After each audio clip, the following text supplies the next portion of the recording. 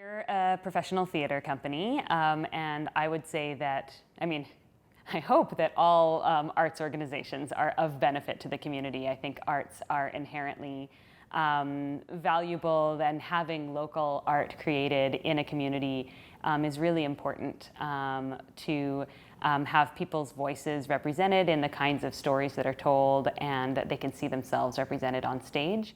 Lunchbox is particularly special. I really love that we do one-act plays at lunchtime. So our work is inherently accessible in a different way than other professional theaters. Because our shows are a bit shorter, sometimes that can remove a barrier for some people because you can eat your lunch at the theater. And the shows that we program tend to be more uplifting and fun. I want people to have a good time at the theater. It's important to us that our theater be accessible, and not only because of our shows are short and during the day, but also we want to make sure they're accessible to all kinds of audiences. So we partner with the Good Host program, which is through Inside Out Theater, and they help us out with helping us find ASL interpreters and audio describers. So ASL interpretation is pretty self-explanatory. We have a person usually two people who are ASL interpreters, and we put them somewhere on the stage where they're not too distracting, and they interpret the entire show. So if you're deaf or speak ASL, you can understand the show that way.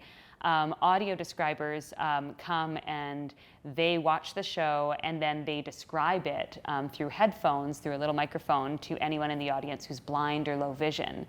So they have a chance to know what they're missing visually during a show. And then we also hold performances that are called relaxed performances. And frankly, at Lunchbox, we're pretty relaxed anyway. So you can eat your lunch, all that stuff. But during a relaxed performance, we make a few more adjustments to the show to make sure people are comfortable. We leave the audience lighting on a little bit so that if you had to leave during the show, you feel safe as you do so.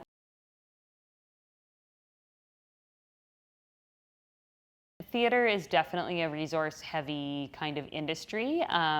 We build things for shows and then we put them in the garbage usually. But we participated in a program last year called Old Dogs, New Tricks, which was working with about 10 companies across Canada to look at what the environmental impact of our work is.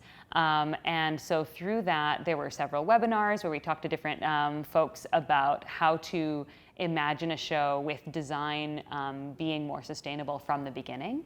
And so now when we work with our designers, we make sure we talk to them about that priority and give them some of the tools we have.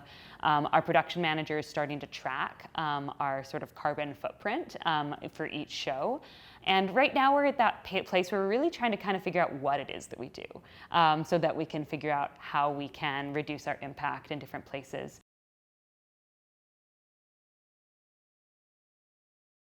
What's really exciting to me is to not only try these things out, but then to be able to talk to the community about them and be like, this is what we did. And yes, it's small, but what could you do?